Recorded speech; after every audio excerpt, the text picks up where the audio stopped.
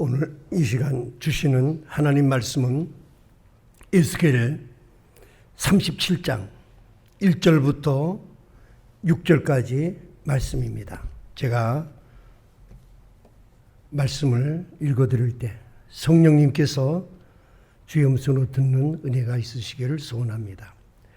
여호와께서 권능으로 내게 임재하시고 그의 영으로 나를 데리고 가서 골짜기 가운데 두셨는데 거기 뼈가 가득하더라.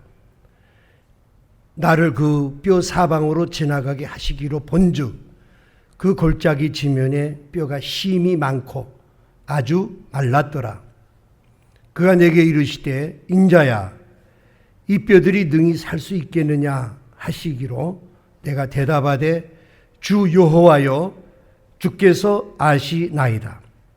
또 내게 이르시되 너희 모든 뼈에게 대언하여 이르기를 너희 마른 뼈들아 여호와의 말씀을 들을지어다. 주 여호와께서 이 뼈들에게 이같이 말씀하시기를 내가 생기를 너희에게 들어가게 하리니 너희가 살아나리라. 너희 위에 힘줄을 두고 살을 입히고 가죽으로 덮고 너희 속에 생기를 넣으리니 너희가 살아나리라. 또 내가 여호와인 줄 너희가 알리라 하셨다 하라. 아멘. 오늘의 어린이들이 참 밖에 나가서 아름다운 자연을 바라보면서 함께 하나님을 찬양하고 참 즐거운 시간을 보냈습니다. 참 언제 그 겨울에 우리 주위에 보면은 나무들이 앙상해서 다 죽은 것 같고 또 땅빛은 잿빛 같아서 참 이 산과 이 들을 볼 때 완전히 죽은 것 같았는데 어느 사이인지 녹음이 짙게 들고 또 꽃이 피고 열매를 맺는 모습을 보면서 참 하나님이 창조하신 그 만물을 보면서 하나님 놀라운 솜씨를 찬양하게 됩니다. 그걸 보면서 여러 가지 어린이들한테 물어봤어요. 무엇을 느끼느냐 하니까 각각 자기대로 느끼는 걸 이야기하는데 어떻게 보면은 죽었던 그런 나무 가지가 살아나니까 새로 변화되는 거, 살아나는 거, 그런 걸 느끼게 되죠. 사실 이런 생물이 이렇게 자라고 이렇게 꽃이 피고 하는 것은 저절로 되는 것이 아니죠. 하나님께서 때에 따라 비를 주시고 또 신선한 공기를 주시고 또 이 모든 생물은 이렇게 자라면은 우리 해바라기라고 그러죠. 다 해를 향해서 바라보게 됩니다. 꽃들도 보면은 그래서 그럴 때 하나님이 그 식물을 이렇게 생명을 주고 자라게 하고 변화시키는 것 같이 우리 영적으로 보면은 전 그런 생각을 했습니다. 우리 인간도 보면은 살다 보면은 시들고 휘폐되고 절망 가운데 있고 막 죽고 싶고 그런 심령이 있지만은 우리가 이 변화될 수가 없을까? 그래서 우리 성경은 부흥이라는 말을 합니다. 부흥이라는 말은 쇠잔했던 것이 다시 이렇게 살아나는 거. 우리 심령이 낙심되고 막 정말 절망 가운데 있지만은 하나님 은혜로 새로 살아나는 거. 우리 가정이 완전히 피폐되고 그런 가운데 있지만은 새롭게 변화되고 살아나는 거. 더 나아가서는 나라와 민족, 어떻게 보면 교회까지도 우리가 죽은 교회들이 많죠. 살아나고 새로운 변화가 일어날 수 있는 길이 있을까?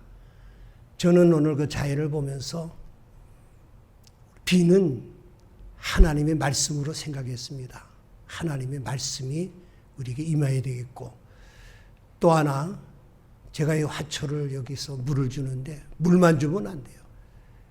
항상 겨울에도 창문을 약간 열어서 바람이 들어가야지 이 식물이 살지, 바람이 없으면 금방 아주 시들시들해져요. 물을 아무리 많이 줘도.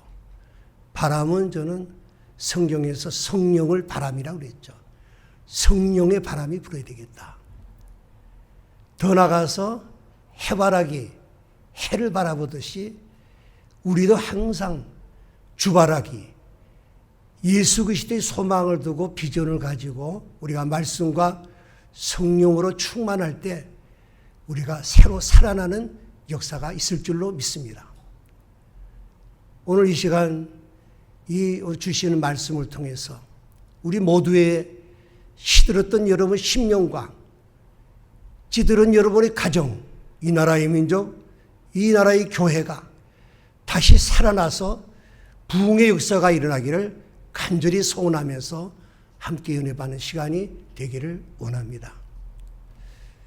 조금 전에 이 말씀은 하나님께서 자신을 계시할 때 자연을 통해서 계시해 주시고, 또 하나는 하나님의 말씀을 통해서, 또 하나는 역사를 통해서 하나님 자신을 계시해 주십니다. 이 성경을 보면은 이스라엘의 역사책이죠. 쭉 역사를 기록했습니다. 그래서 우리도 이 나라의 민족과 우리들의 삶이 과연 하나님 앞에서 새롭게 다는 비결은 무엇일까? 이스라엘의 나라의 역사와 우리나라 역사를 제가 늘 이렇게 비교합니다. 그래서 저는 우리나라 지도와 세계의 지도를 바라보면서 참 공통된 점은 아주 작은 나라라는 거죠. 이스라엘 찾으려면 힘들어요. 그 옆에 강대국으로 쌓여가지고 조그맣게 우리 강원도만한 땅을 가진 나라입니다.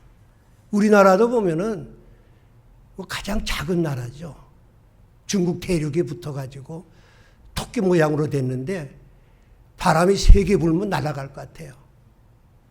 근데 공통점은 긴 역사를 가졌고, 또 하나는 많은 전쟁과 강대국 사이에 싸우면서 끊임없는 전쟁과 아픔과 고통을 겪은 민족인 것을 우리가 공통점을 찾을 수 있습니다.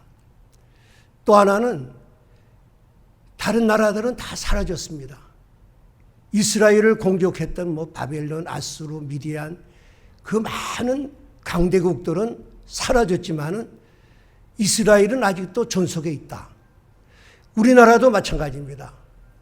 우리 주위 나라를 보면 다 중국에 속하고 없어진 나라도 많이 있지만은 이렇게 존속된 것이 공통점을 가지고 있는데, 영적으로 보면은 많은 주위의 나라는 하나님의 심판, 죄값으로 그들은 심판에서 사라졌지만은 이스라엘이나 저는 우리 한국을 자랑하고 싶습니다. 영적으로 하나님이 택한 민족이다. 이스라엘이나 우리는 잘못할 때 징계, 채찍을 때렸죠. 채찍은 히브리서에 말씀하신 대로 하나님의 자녀에게만 주시는 하나님의 은혜죠. 사생자, 버린 자는 심판해버립니다. 근데 우리도 우리 자녀는 채찍으로 다스리죠. 그래서 우리가 다시 회개하고 돌아오면은 회복시켜 주시고, 또 죄짓고 잘못하면 때리고, 그러면서 계속적으로 이어오는 것을 보면은 이스라엘과 우리나라는 참 공통점을 가지고 있습니다.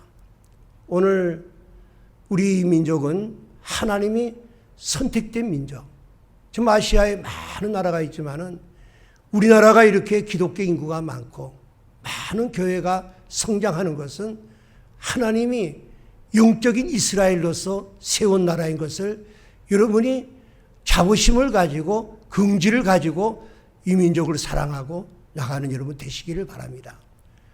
특별히 우리 공통점을 보면은 이스라엘도 나뉘었죠. 남북으로 나뉘었습니다. 근데 이스라엘이 왜 이렇게 남북으로 갈라졌는가?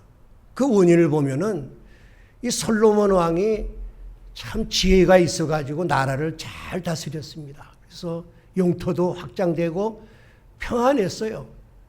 그래서 먼저 자기 궁전을 13년 동안이나 짓고 또 하나님의 성전을 7년이나 지면서 토목공사를 많이 하고 나라가 아주 번창했습니다. 근데 말년에 가서 이 솔로몬이 그 부귀영화를 누리면서 죄악에 빠지다 보니까 이방 여인들을 끌어들여서 아내로 삼고 이 간음죄를 졌는데, 육적인 간음뿐만 아니라 이방 여인들이 들어올 때 그냥 온 것이 아닙니다.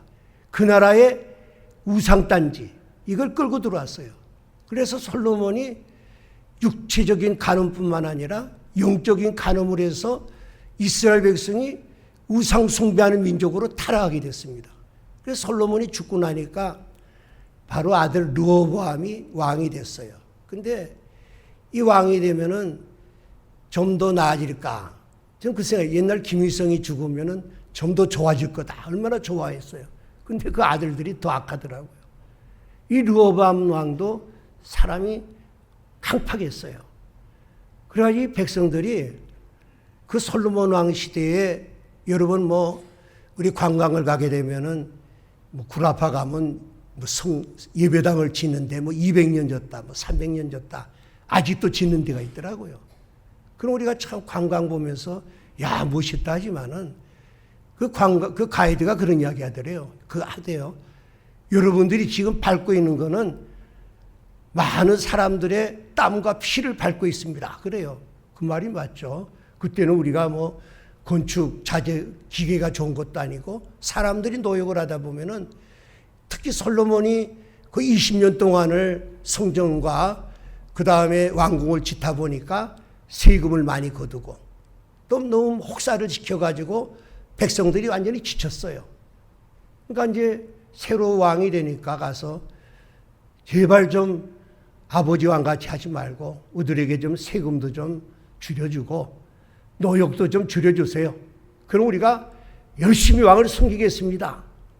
그런데 이 르호보암이 그 이야기를 듣고 나서 자기 마음에 들지 않아서 그래서 자기 아버지와 함께 했던 노인들을 불러가지고 이런데 어떻게 생각합니까?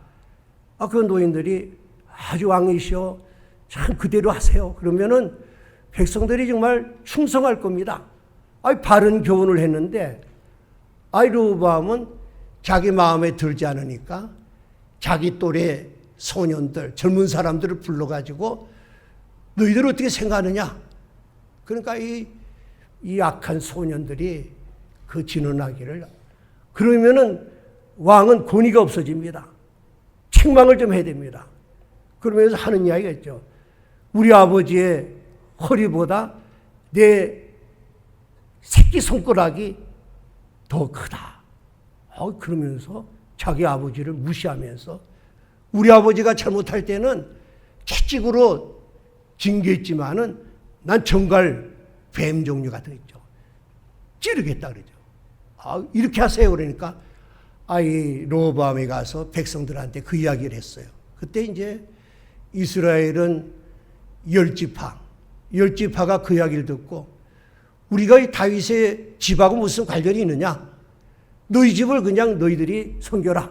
이래가지고 열지파가 북쪽에서 떨어져 나갑니다. 그래서 초대 왕을 여로보암을 세우게 되죠. 그래서 이 북쪽에서 떨어져 나가는데 하나 문제가 생겼는데 이 예배를 드려야 되는데 이 남쪽에 예루살렘에 성전이 있으니까 백성들이 1년에 3번씩 가서 예배드리러 내려가다 예배드리고 오니까 이 왕 생각에 이러다 보면은 이 마음이 다 저기 뺏기는 게 아니냐. 이래가지고 이 여로보암이 가시 돈불로 막아버리고 베델과 단에다가 금송아지 단을 만들죠. 금송아지를 만들어 놓고 이것이 너희를 애굽에서 인도한 너희 신이다. 이걸 섬겨라. 이래가지고 금송아지를 섬기는 우상숭배에 빠질 때 하나님이 징계 채찍을 때리죠. 때려서 아수르라는 나라를 통해서 BC 722년에 점령해가지고 다 포로로 끌려가고 그 남은 백성은 이스라엘 백성이 좀 독하니까 이 민족 투쟁할까봐 강제적으로 이방 나라 사람들과 결혼을 시켜서 혼혈족을 만들어서 사실은 흩어져서 사라지게 됩니다. 북쪽은. 근데 남쪽 유다도요, 이 나중에 가가지고 또 바알과 아세라 신 우상을 섬깁니다. 또 하나는 자기 동족에 대해서 강팍했다.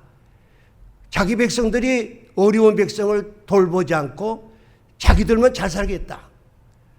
또 안식일을 잘 지키지 않았어요. 그래서 이것 때문에 하나님이 징계의 채찍을 치게 되는데 그것이 바로 바벨론이라는 나라를 통해서 치게 됩니다. 근데 이 남쪽 유다는 유다 지파하고 베냐민 지파, 일부 레위 자손들이 했던 민족입니다. 근데 이 남쪽은 포로로 갔다가 되돌려줍니다. 왜냐하면은 다윗의 자손에서 메시아가 탄생하니까 다윗의 언약을 기억해서 하나님이 바벨론의 포로로 끌려가게 하지만은 다시 돌아오게 합니다. 그래서 이 오늘 기록한 말씀은 제가 지금까지 에스겔서를 왜 기록했는가? 에스겔은 지금 어느 시대에 살았냐면은 이 북쪽 이스라엘은 완전히 없어지고 이 남쪽 유다가 이제 바벨론의 포로로 끌려가지고 포로 생활한 지 한 거의 20년쯤 되어가지고 되니까 사실 이스라엘 백성들이 처음에는 야, 언젠가는 저 바벨론 멸망시키고 우리가 고국으로 돌아갈 거야. 희망을 가지고 있었지만은 시간이 10년, 20년 지나가다 보니까 야, 이거 좀 이걸로 끝나는 게 아닌가. 그래서 보면은 이스라엘 백성들이 바벨론 강가에 늘어져 있는 포도나무에다가 키던 검은 거를 걸어놓고 거기서 정말 눈물과 한숨을 지면서 하나님이요, 우리를 잊었습니까? 하나님 우리를 버리셨습니까? 완전히 절망과 한숨과 이런 가운데 있을 때 오늘 하나님께서 에스겔을 통해서 택한 백성 이스라엘에게 소망과 위로의 말씀을 주시는 내용인 것입니다. 그러면은 이스라엘은 뭐 나라라 이렇게 해석도 할 수 있지만은 근본적으로 이스라엘은 다 하나님이 택한 백성이기 때문에 예수 그리스도를 믿는 우리를 지금 이야기하는 것이고, 더 나아가서는 믿는 저희들이 모인 이 교회가 이스라엘을 이야기하는 것입니다. 그 말씀을 통해서 이스라엘이 하나님이 행하신 이 말씀의 렌즈를 통해서 우리나라의 역사도 봐야 되겠고 우리 교회도 봐야 되겠고 우리 자신을 바라봐야 됩니다. 우리나라도 어떻습니까? 우리나라도 남북으로 지금 분단됐습니다. 사실 우리 2조 말에 고종 황제가 참 무능했죠. 당파 싸움이 나니까 1910년도에 일본이 우리와 한일합방을 통해서 우리를 침범하고 우리를 노예 생활을 하게 만들었죠. 그래서 우리가 36년 동안 일본의 노예 생활을 했습니다. 근데 그 중간에도 1938년 9월에 보면은 평양에서 서문박 교회에서 우리 장로의 총회가 열릴 때 목사 장로들이 모여서 일본들이 강요하는 신사참배, 우리가 전부 신사참배하자. 이건 국가의 예식이 아니냐. 이래가지고 전부 우상숭배를 하게 됩니다. 참 이런 교회가 우상숭배를 했습니다. 저는 이 말씀을, 역사는 사실은 그 이스라엘은 계속 전해 듣지 않습니까? 할아버지가 또 자식에게 계속해서 전승해 온 거죠. 여러분, 우리는 역사를 잘 알아야 됩니다. 저는 뭐 해방 나고 나서 태어났기 때문에 그 전에 거는 우리 어머님한테 계속 듣습니다. 그 일제시대 때 어땠고 그들이 어땠고 어떻게 해서 전쟁이 났고. 그러니까 제가 가시기만 하면은 한 수백 번을 해요. 똑같은 말씀을 자꾸 해줘요. 녹음기를 한번 틀어놓으려고 그랬지. 해가지고. 굉장히 중요하니까. 왜냐하면은 우리는 이 역사를 잘 알아야 됩니다. 특히 살아계실 때 산 증인을 통해서 역사를 알아야 됩니다. 그래서 결국은 1945년 8.15 광복이 되면서 남북으로 갈리게 되죠. 왜냐하면 북한은 공산당이 그 자리를 잡고 그들이, 근데 여러분이, 제가 고향이 이북이지만은 이북은 복음이 먼저 들어왔습니다. 우리가. 그래서 특히 황해도 설례교회, 제 고향이 황해도 아닙니까?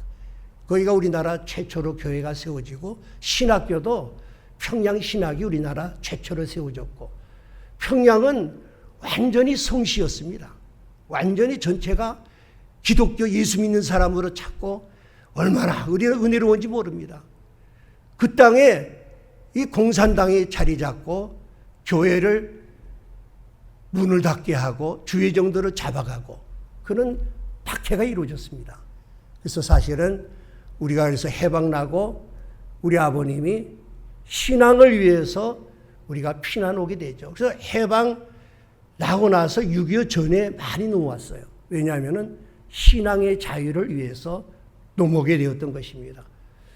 근데 결국은 1950년도 6월 25일 날 주일날 새벽에 이 소련 탱크 500대를 앞세워서 김일성이가 우리나라를 침범하게 되어서 평화로운 그 주일날 얼마나 평화로웠습니까?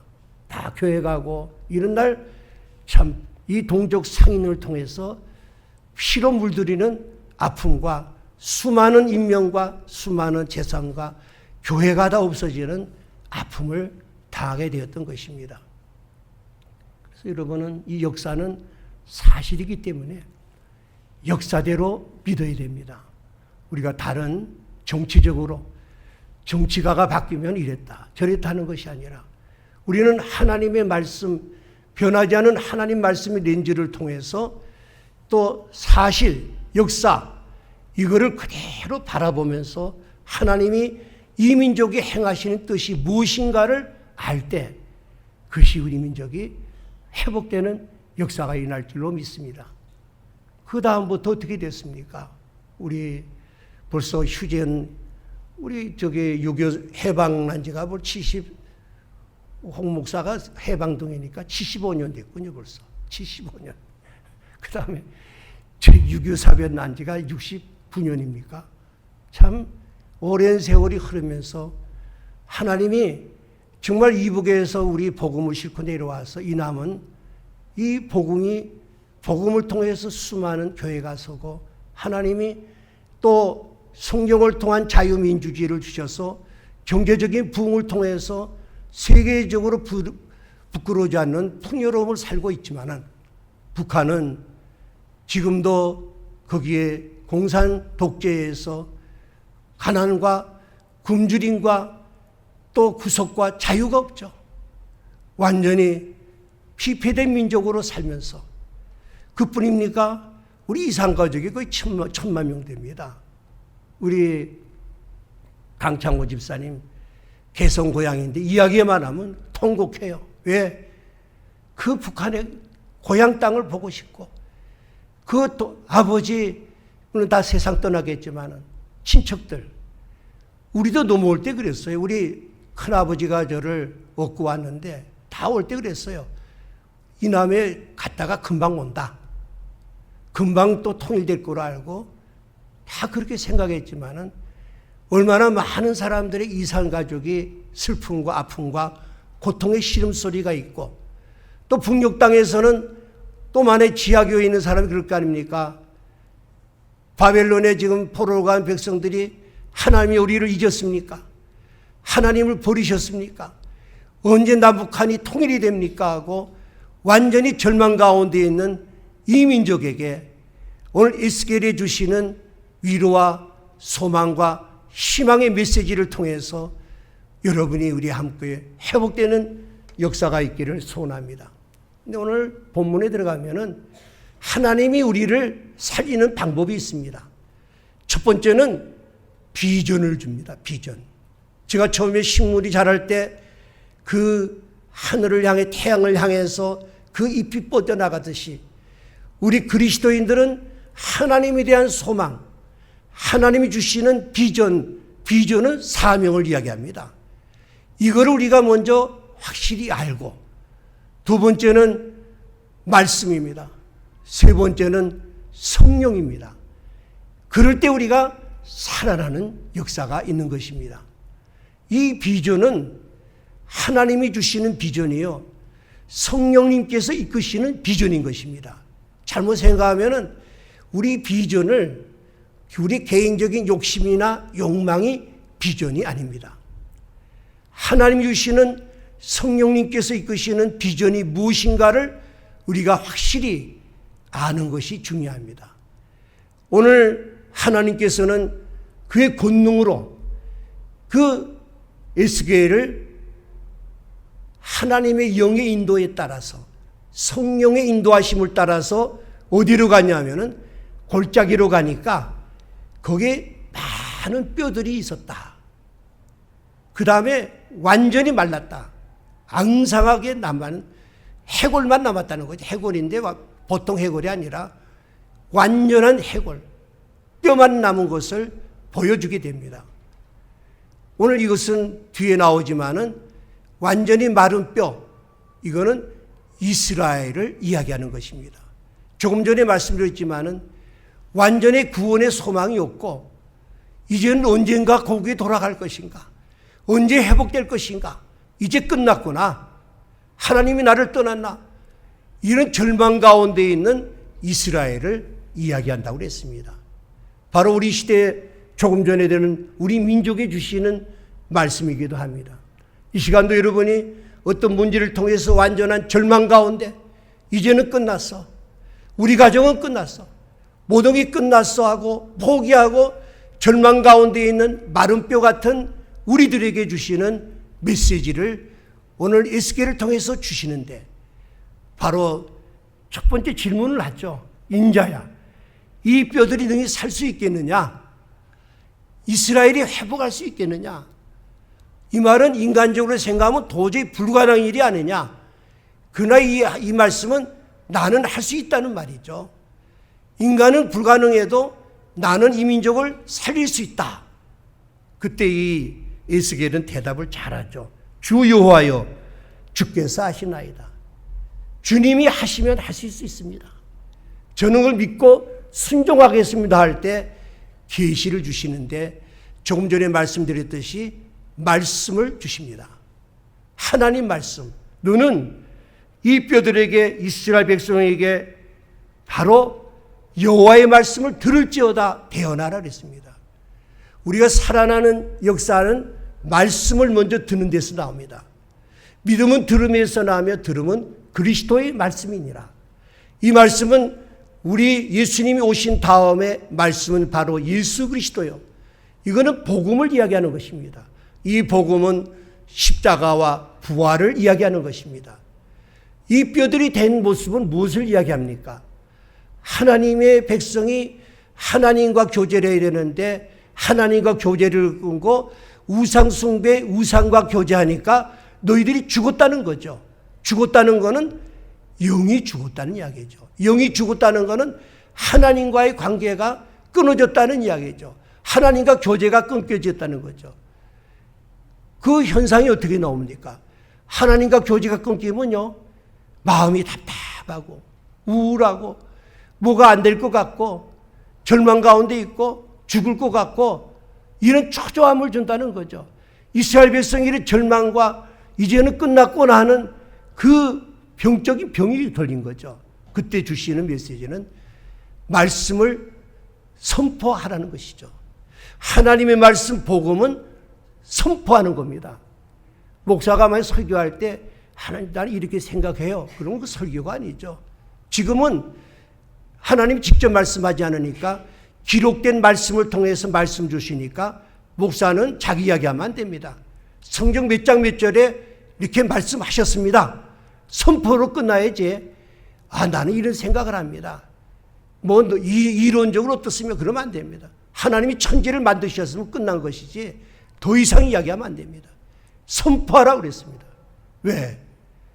우리 죽었던 영이 살리는 방법은 바로 죽음은 죄로부터 왔기 때문에 예수 그리스도의 십자가의 죽으심을 통해서 우리 모든 죄를 사해 주셨기 때문에 너희들이 예수를 믿어라. 믿으면 내 죄 사함을 받는다. 이 복음을 선포하라는 것입니다. 예수님도 복음을 선포하셨습니다. 두 번째는 그 선포하니까 어떤 역사가 일어났습니까? 우리 뒤에 보면은 뼈에 힘줄이 생기고 막 살이 이거 움직이면서 그 뼈가 움직이고 뼈가 막 연결되고 힘줄 생기고 살이 붙고 가죽이 붙어서 막 이 사람의 형체가 됐다는 것이죠. 오늘 이 말씀을 우리가 어떻게 보면 영적으로 우리 사도 바울이 그런 말씀했습니다. 너희가 죄와 허물로 죽었던 너희를 살리셨도다. 우리가 죄와 허물 때문에 여러분 이 시간에 마음이 답답합니까? 뭐가 안 될 것 같습니까? 이제 끝났다고 생각하십니까? 하나님 말씀을 들으시기 바랍니다. 그건 죄로부터 오는 두려움, 죄로부터 오는 공포, 우리의 심령을 상하게 만듭니다. 하나님 말씀이 복음을 들을 때, 우리 죄 사함을 받을 때 우리가 새로운 거듭남의 영적인 살아나는 역사가 일어나는 것입니다. 오늘 두 번째는 너희가 거듭나고 생명을 얻었지만은 생기를 불어넣어라. 그 뼈들에게 생기를 불어넣으라는 것 말은 성령을 받으라는 것입니다. 물론 우리가 예수님의 말씀을 전할 때 말씀을 믿게 하시는 분이 바로 성령님이시죠. 성령님이 아니고는 예수를 주시라 할 수 없느니라.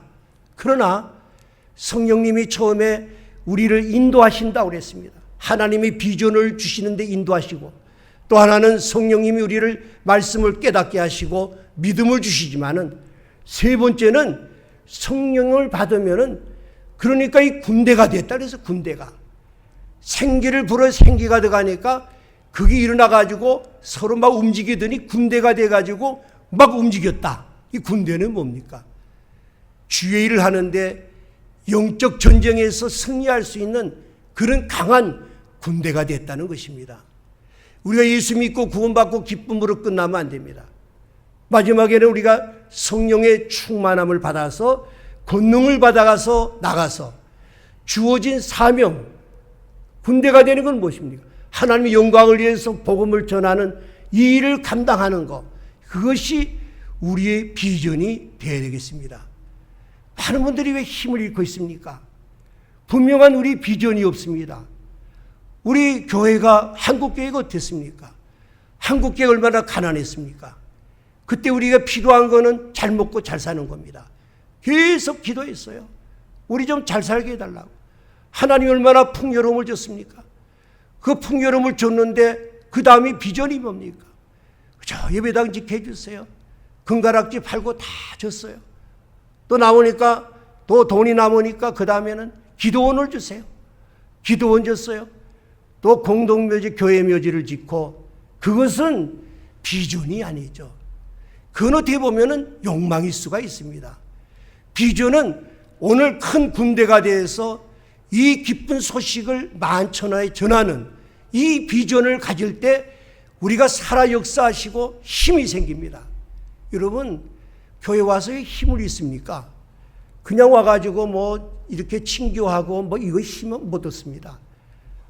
자, 우리 한생명교회 성교의 비전과 같이 성교의 비전을 가지고 우리가 그 나갈 때, 그때 하늘로부터 새로운 힘이 솟아나는 것입니다. 오늘은 성령 강림절입니다. 이 사건이 구체적으로 일어난 것이 바로 마가 다락방에서 오순절에 성령이 강하게 임재할 때 그 제자들이 놀라운 변화가 일어났습니다. 진정한 변화는 성령의 충만을 받고 권능을 받고 주의 일을 감당할 때 우리가 변화가 일어나는 것입니다.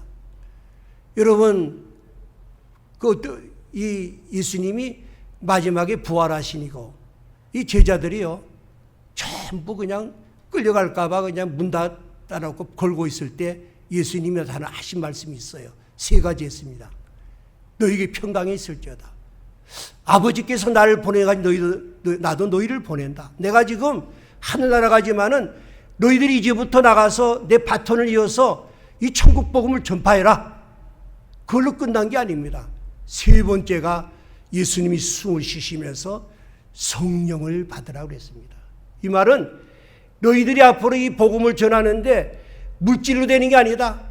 너희 어떤 다른 힘으로 되는 게 아니고 성령을 받아야만이 성교의 주체는 성령님이시니까 성령을 받으라 하고 요한복음 마치면서 사도행전 시작하면서 마가다락방에서 성령의 강림 사건이 납니다.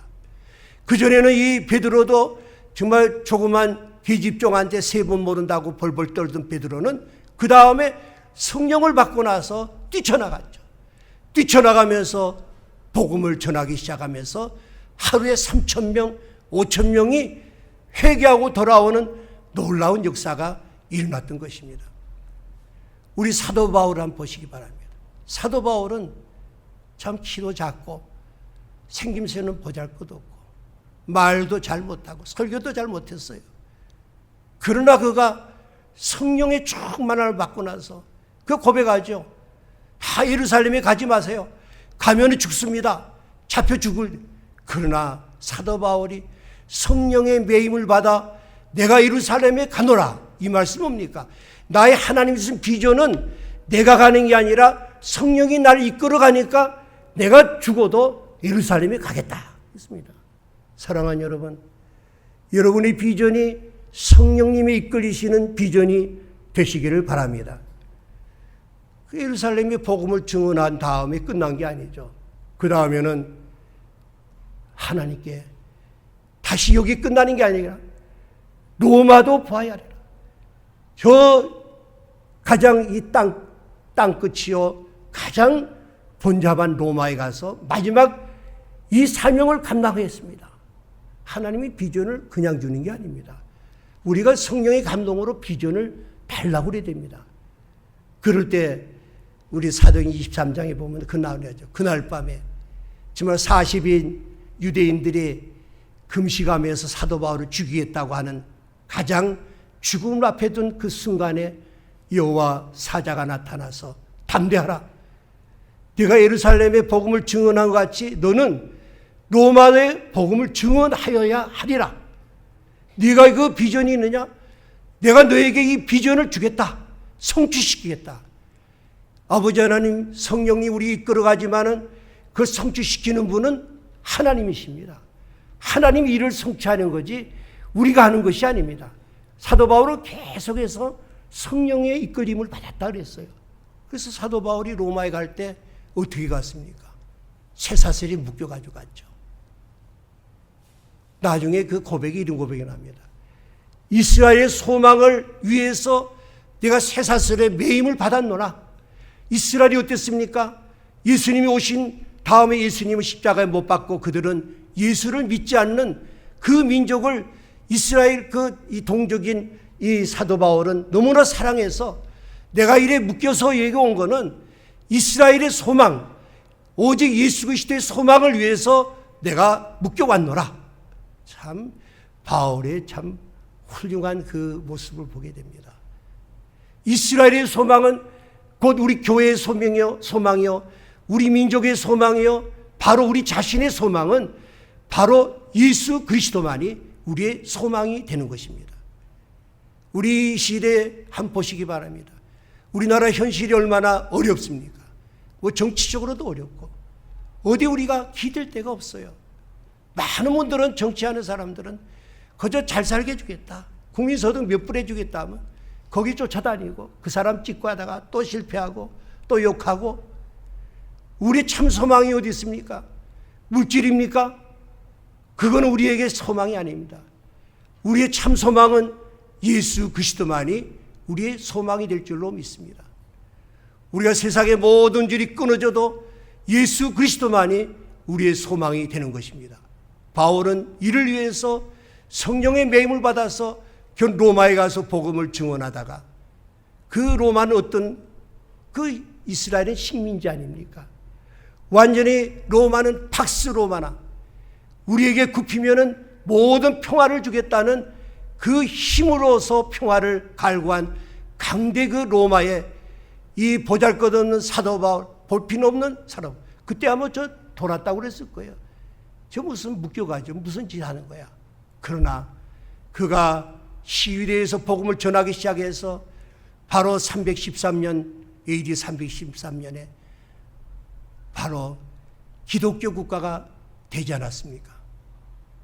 바로 이 연약한 그 한 사람, 보잘것없는 그 사람을 통해서 그가 성령에 사로잡힘 받아서 비전을 가지고 나갈 때 바로 그 강대국 로마를 쓰러뜨리고 복음으로 점령하면서 로마를 정복했던 것입니다. 우리에게도 마찬가지입니다. 이 시대에 우리나라나 처음에 말씀드렸지만 세계 강대국이 전부 여기 와 있습니다. 최고의 무기는 다 여기 가지고 있습니다.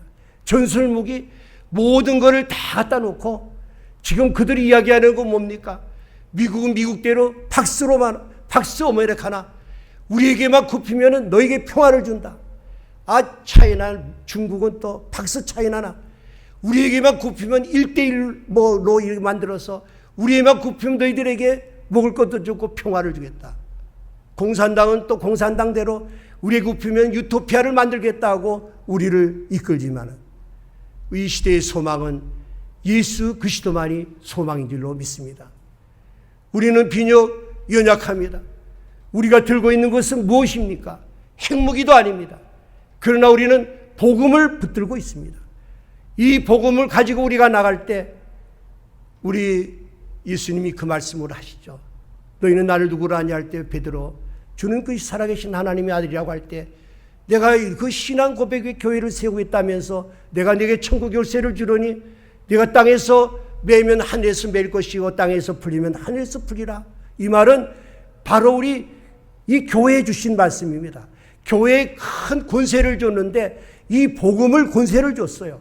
이 복음을 가지고 너희들이 나가서 외치면은 그걸 받아들이면은 죽었던 사람, 지옥 갔던 사람이 생명을 얻어서 영원한 구원을 얻고 마귀에 묶여가지고 여러분이 우리 남한은요 지금 만모니즘이죠. 완전히 물질을 주니까 그냥 향락에 빠져가지고 술 취하고 도박하고 마약하고 이거 전부 사탄이 끌고 다니는 거예요. 전부 사탄이 끌고 다닙니다. 그 포로가 됐어요. 이 포로로부터 자유함을 준다는 거죠. 예수 그리스도를 믿으면 자유함을 주는 거죠. 여러분이 정신적으로 이런 포로된 사람 정신과에서 못 고칩니다. 아무리 무슨 상담해도 못 고칩니다. 예수 그리스도만이 영혼의 질병이니까 고치기 때문에 우리가 주님 앞에 나와서 죄 사함을 받고 성령을 받으면은 먼저 우리 심령의 치료가 되고 나를 통해서 내가 한 사람을 살리고 죽죠. 내가 이 복음을 전할 때 내 남편이 죽었던 남편이 살아올 수 있죠. 믿기만 하면. 우리 놀라운 권세를 우리에게 주셨습니다. 우리 교회는 말씀의 회복과 성령의 회복, 성령의 운동이 회복될 때만이 참다운 부흥이 있을 줄로 믿습니다. 우리 사도행전에 보면요, 사도행전에 그 교회가 성장한 역사 보면 딱 두 가지입니다. 말씀과 성령입니다.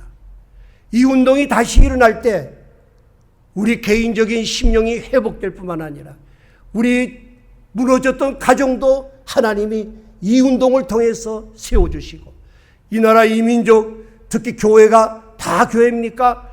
죽은 교회가 많습니다. 건물이 교회가 아닙니다. 예수 그리스도 믿는 우리들이기 때문에 우리들이 살아 역사할 때 그 교회는 살아 역사하고 우리 한국교회가 다시 살아 역사할 때 이 복음을 전파할 때 저 북녘 땅에 마귀 쇠사슬이 묶였던 가난한 우리 불쌍한 동포들이 마귀로부터 사슬로부터 벗어나서 자유함이 있고 이 남한 땅에도 우울증과 불면과 모든 질병에 허덕이는 많은 이 영혼들에게 이 복음을 전해서 그들이 다시 회복되고 살아나는 역사가 우리 가정에서부터 일어나서 우리 교회가 이 사명을 잘 감당해서 이 나라의 민족이 복음으로 하나 돼서 통일이 되고 더 나아가서 세계의 역사 속에 우리 많은 선교사들을 더 많이 보내서 이 복음을 통해서 평화를 이루고 회복되는 역사를 사명 이 비전을 감당하는 우리 한생명교회 다시 이 비전을 발견하고 이 비전을 따라서 다시 한번 달려가는 여러분과 저와 되시기를 예수님의 이름으로 간절히 기원을 드립니다.